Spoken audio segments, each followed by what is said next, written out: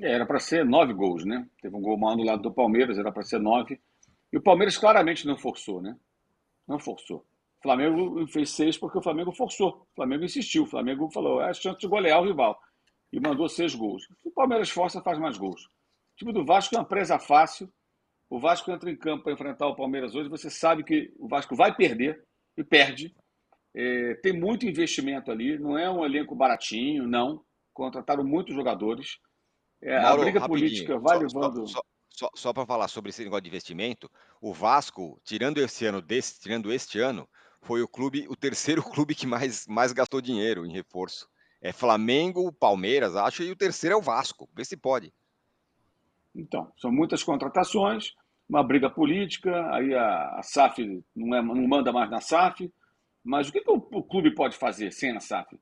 Né? Quem vai pagar o salário dos jogadores agora? É uma situação muito difícil. Aliás, o caso do Vasco serve para mostrar ao torcedor que ele se ilude com as SAFs, que elas não asseguram nada, elas não garantem nada. Gente. Não existe isso. Isso é uma ilusão que foi vendida aí desde que esse negócio foi criado no Brasil. Então, é uma situação assim que já vem de muito tempo esse apequenamento do Vasco, né? Vários rebaixamentos e tal, desde o primeiro rebaixamento de 2008. Mas é muito melancólico, né? Você vai ver Vasco e Palmeiras, você sabe que vai perder. Vai perder. Ah, se o Criciúma jogar com o Palmeiras, se o Atlético Goianiense jogar com o Palmeiras, há uma pequena possibilidade do Palmeiras fazer um jogo ruim e esses times, de repente, empatarem, endurecer o jogo. O Vasco não vai endurecer jogo nenhum, você sabe que não vai. E o técnico parece realmente não ter muita noção de onde ele foi parar, uma situação muito estranha, o time muito frágil. É desesperador.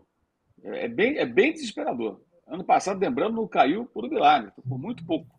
Né? Mas, como tem muitos times fracos no campeonato, pode ser que consiga escapar, se acertar um pouquinho lá na frente. Não está na zona do rebaixamento ainda, né? Mas é muito melancólico ver o Vasco. Uma coisa assim. Você pensa, e agora? Faz o quê? Jurou SAF, não resolveu? Gastaram uma grana, não resolveu? Qual é o É. próximo passo? Não tem, cara. Não tem nenhuma perspectiva de melhora. Terrível.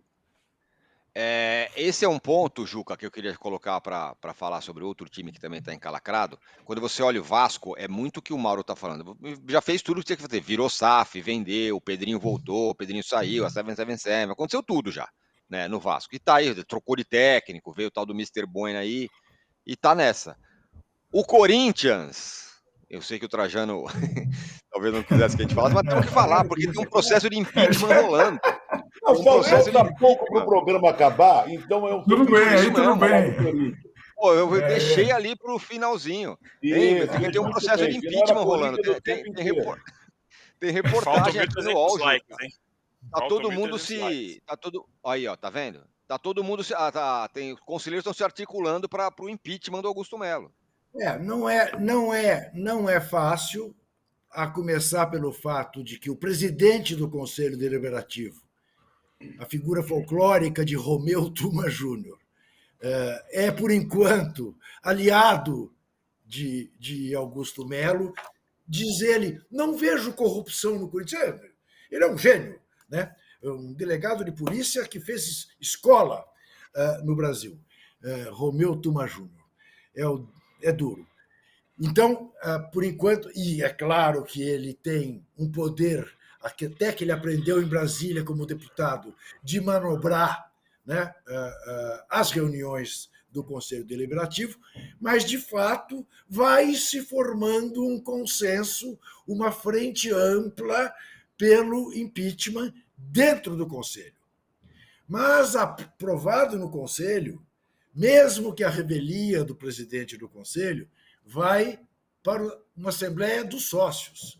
E não vamos nos esquecer que 6 meses atrás, esses sócios deram uma eleição acachapante para o seu Augusto Melo. E tem muito sócio do Corinthians e muito corintiano que ainda passa pano para ele, mesmo depois daquela entrevista que ele deu na segunda-feira, ou mesmo depois de todo este imbróglio em que ele meteu o Corinthians, com patrocinadores, com intermediários e com laranjas. E com esse time. Que ele, além do mais, consegue desfazer. com a multa do Carlos Miguel, né? Ou a não multa do Carlos Miguel, e perde o Cássio. Né?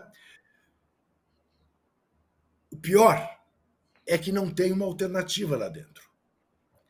Ainda hoje tem no UOL o Duílio e o Andrés criticando o Augusto Melo. É o caso típico dos sujos falando no mal lavado. O Duílio disse que se não fosse pela herança que ele deixou, a situação estaria pior. Ele tem a coragem de se referir à gestão dele como uma herança. A gestão dele é a gestão da Tausa, a empresa que trouxe o Paulinho e que não pagou uma mensalidade, que era uma empresa fantasma.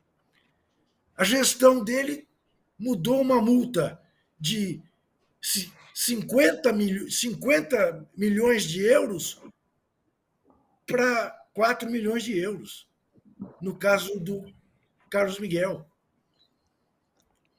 atendendo ao pedido do empresário do Carlos Miguel. O mínimo que eu tenho direito é de desconfiar dessa negociação. Então, a situação, eu vou voltar a dizer, na minha visão, no momento, só há uma solução. O desenvolvimento desse inquérito, mostrar que o dinheiro pago para a empresa laranja ficou em mãos internas, uma intervenção da justiça que recoloque as coisas do Corinthians em outros termos e que permita adiante o Corinthians ir para a Bolsa de Valores, abrir seu capital e vender o clube para os sócios do Corinthians, para os torcedores do Corinthians.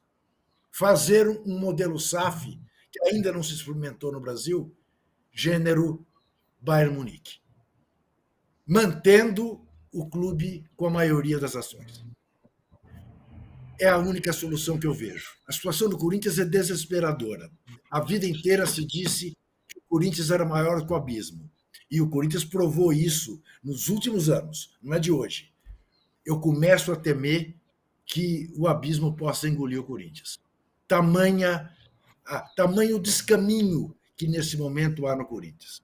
Aproveito isso que eu ia falar. Para dar o gatão dourado para Zé Roberto Guimarães, cuja seleção de vôlei renovada é a única invicta na Liga das Nações de Vôlei Feminino, 10 partidas invictas, ganhou da Polônia, que vinha invicto no começo da semana, ganhou ontem da Alemanha com alguma facilidade. O Zé Roberto consegue renovar a seleção brasileira a cada 4 anos. É uma coisa impressionante. Não estou dizendo que vai ganhar a medalha de ouro em Paris, mas que vai competir, vai competir. É fabuloso o trabalho desse técnico, chegando aos 70 anos de idade. Dou também o gatão de ouro, evidentemente, para o time de Franca, campeão brasileiro de basquete, ganhando no Flamengo, não é pouca coisa. E o ratão de bronze, este vai para este tripé, por ordem alfabética.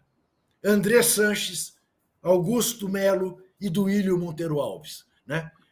O trio que afundou o Corinthians nesse mar de lama em que o Corinthians está envolvido. Muito bem, tá aí entregue gatão e ratão. A gente está chegando ao fim, mas eu queria que o Danilo ainda falasse sobre o outro do trio aí da minha enquete, da enquete do Arnaldo, sobre quem está encalacrado aí, que é o Fluminense, que é, aparentemente, você tá mutado, Trajano. Responsabilidade para o Arnaldo. Já está tirando o corpo fora. Não se faz isso. É o pipoqueiro. É pipoqueiro. Mas, enfim, Danilo, o que eu queria dizer é o seguinte, o Vasco, que o Mauro retratou bem, o Corinthians, que o Juca retratou bem, e o Fluminense é uma outra coisa. Porque a gente fala, não, o Fluminense tem mais condição de sair. Porém, estamos falando de um treinador, que é o caso do Diniz, que normalmente dobra a aposta. Você não pensa que ele vai escalar 5 volantes, jogar para empatar, porque não vai. E à medida que o time não vai ganhando e vai perdendo confiança, ele vai errando mais. E tá lá já na zona de rebaixamento. Diga lá. Pois é, e é isso que eu falei no brevemente na minha última passagem, o Diniz, no começo do ano, o Fluminense não estava jogando bem, e aí, não, é porque o Fluminense começou a temporada depois, porque terminou para jogar o Mundial no ano passado, então vamos com calma.